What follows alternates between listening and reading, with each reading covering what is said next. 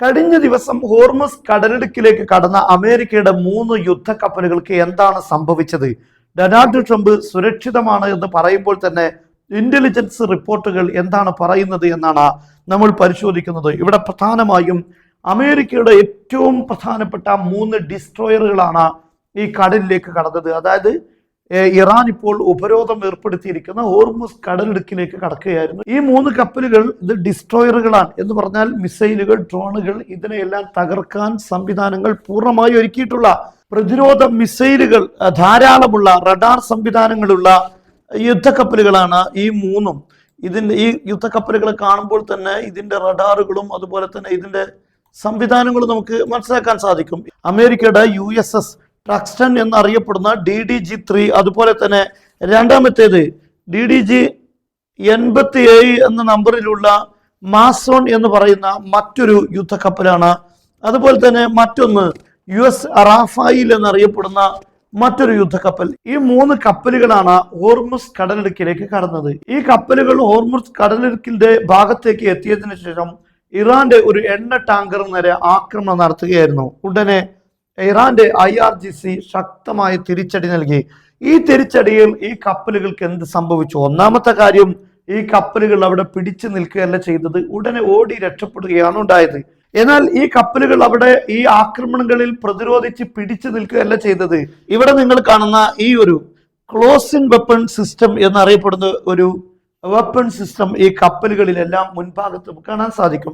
ഇത് ഈ കപ്പലുകളുടെ അവസാന ഉപയോഗത്തിനുള്ളതാണ്. ഇനി രക്ഷപ്പെടാൻ കഴിയില്ല എന്ന സാഹചര്യത്തിൽ ഉപയോഗിക്കുന്ന ആയുധമാണ്.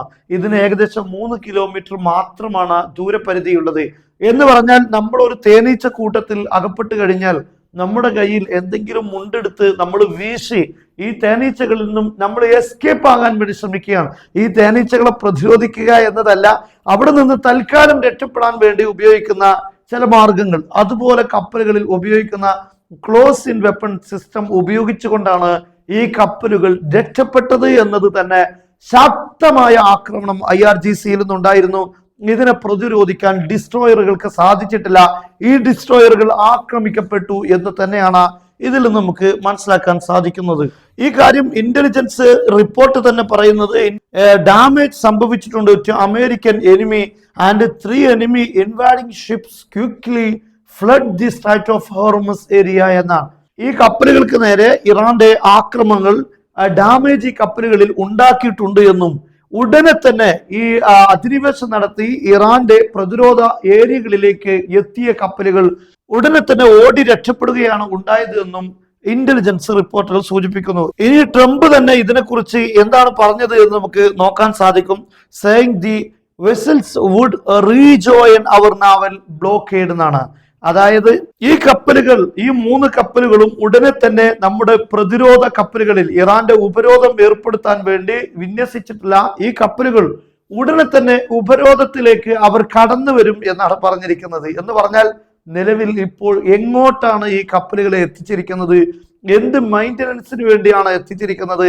ഈ വാക്കിൽ നിന്നും സൂചിപ്പിക്കുന്നത് ഇത് താൽക്കാലികമായി സർവീസിൽ നിന്ന് ഔട്ടായിട്ടുണ്ട്, ഉടനെ അത് സർവീസിലേക്ക് തിരിച്ചെത്തുമെന്നാണ്.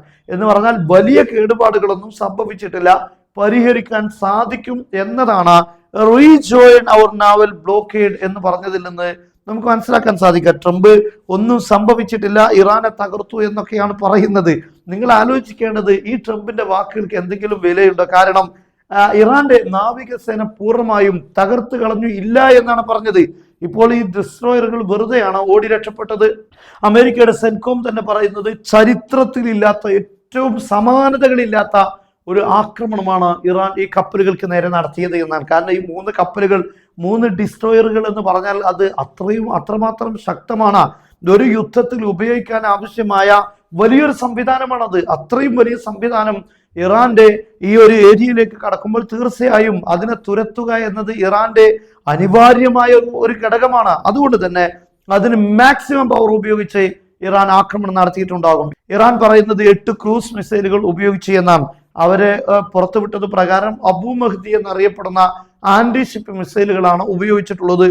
അതോടൊപ്പം ഡ്രോണുകൾ ഉപയോഗിച്ചിട്ടുണ്ട്. ഇതിനെയെല്ലാം യോജിപ്പിച്ചുകൊണ്ടുള്ള ഒരു ആക്രമണമാണ് ഇറാൻ നടത്തിയിട്ടുള്ളത്.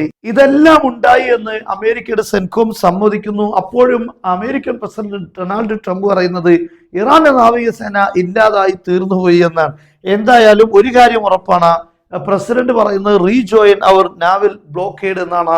ഈ ഇറാനെതിരെ ഏർപ്പെടുത്തിയ ഉപരോധം, ആ ഉപരോധത്തിൽ പങ്കെടുക്കാൻ വീണ്ടും ഈ കപ്പലുകൾ തിരിച്ചു വരും എന്നാണ്. ഇപ്പോൾ അത് ഈ 3 കപ്പലുകളും ഹോർമുസ് കടലിടുക്കിൽ നിന്ന് പുറത്തേക്ക് പോയിട്ടുണ്ട്. നമുക്ക് ഈ മാപ്പ് ശ്രദ്ധിച്ചാൽ ഒന്നുകൂടെ കാര്യങ്ങൾ നിങ്ങൾക്ക് വ്യക്തമാകും. ഈ മാപ്പിൽ കാണുന്ന ഈ ഭാഗത്തു കൂടെയാണ് അമേരിക്കയുടെ ഡിസ്ട്രോയറുകൾ ഈ ഹോർമുസ് കടലിടുക്കിലേക്ക് കടന്നത്. ഇവിടെ വെച്ചാണ് ആക്രമണം സംഭവിച്ചത്. ഈ ഏകദേശം ഈ ഹോർമുസ് കടലിടുക്ക് കടന്ന് UAE റാസൽ ഖൈമയുടെ ഏകദേശം അടുത്തുള്ള ഒരു ഭാഗം, അവിടെ വെച്ചാണ് ഈ ആക്രമണം ഉണ്ടായിട്ടുള്ളത്. ഇവിടേക്ക് എത്തിയ ഈ കപ്പലുകൾ വീണ്ടും തിരിച്ചു പോകുന്ന സാഹചര്യമാണ് ഉള്ളത്. ഇനി അങ്ങനെ തിരിച്ചു പോരുന്ന സാഹചര്യത്തിൽ നമ്മൾ മനസ്സിലാക്കേണ്ടത് ഇവിടെയാണ് അമേരിക്കയുടെ ഉപരോധം, അതായത് ഒമാൻ കടലിന്റെ ഭാഗത്ത് ഉപരോധം, ഇറാനെതിരെയുള്ള ഉപരോധം ഏർപ്പെടുത്തുന്ന അതിനുവേണ്ടി സജ്ജീകരിച്ച കപ്പലുകൾ നിലനിൽക്കുന്നത്. ആ കപ്പലുകൾ ഈ ഭാഗത്തേക്ക് തിരിച്ചു വരും എന്ന് പറയുമ്പോൾ യഥാർത്ഥത്തിൽ അത് തിരിച്ചു പോയത് എങ്ങോട്ടാണ് എന്ന ചോദ്യമുണ്ട്. ഇപ്പോൾ ഇതിൽ റീജോയിൻ ചെയ്യും എന്ന് പറയുമ്പോൾ അത് എങ്ങോട്ടാണ് പോയത് എന്നതാണ് ഇവിടെ ഏറ്റവും പ്രധാനപ്പെട്ട ഒരു ചോദ്യം നിലനിൽക്കുന്നത്.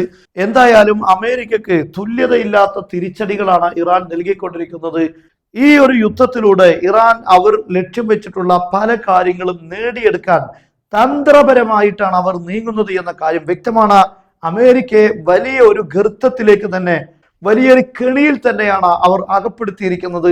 ആ കെണിയിൽ നിന്ന് രക്ഷപ്പെടണമെങ്കിൽ ഇറാന്റെ ചില കാര്യങ്ങൾ അമേരിക്കക്ക് അംഗീകരിക്കുകയല്ലാതെ മറ്റു വഴികൾ ഉണ്ടാവുകയില്ല എന്ന കാര്യം വ്യക്തമാണ്.